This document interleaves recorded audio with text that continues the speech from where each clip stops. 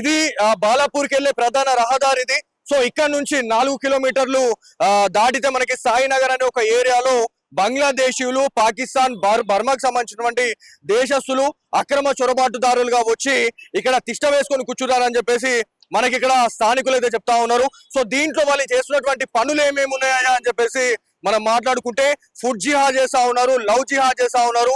So కొంతమంది ఇక్కడ ఉన్నటువంటి సిటిజన్స్ తో మనం మాట్లాడితే ఏమంటున్నారంటే 20,000 పెట్టుకొని ఒక బైక్ కొంటా ఉన్నారు, ఆ బైక్ తో ర్యాపిడో, ఓలా కొడతా ఉన్నారు. సో దాంట్లో కూడా ఎవరైతే హిందువుల అమ్మాయిలని మాత్రమే టార్గెట్ చేసి ఇట్లాంటి లవ్ జిహాద్ ట్రాక్ లో కూడా వాళ్ళని దుంచుతున్నారు అని చెప్పేసి మనం మాట్లాడుకోవాలా. దాంతో పాటు ఏవైతే రెస్టారెంట్స్ కావచ్చు, హోటల్స్ ఏవైతే ఉన్నాయో ఆ హోటల్స్ లలో కూడా 10,000కు 12,000కు మాత్రమే వాళ్ళని జీతం పెట్టుకొని వాళ్ళు అక్కడ ఆహారంలో వాళ్ళు ఏం కలుపుతున్నారు అనేది కూడా అర్థం కాని పరిస్థితి ఉందని చెప్పేసి మాట్లాడుకోవాలా.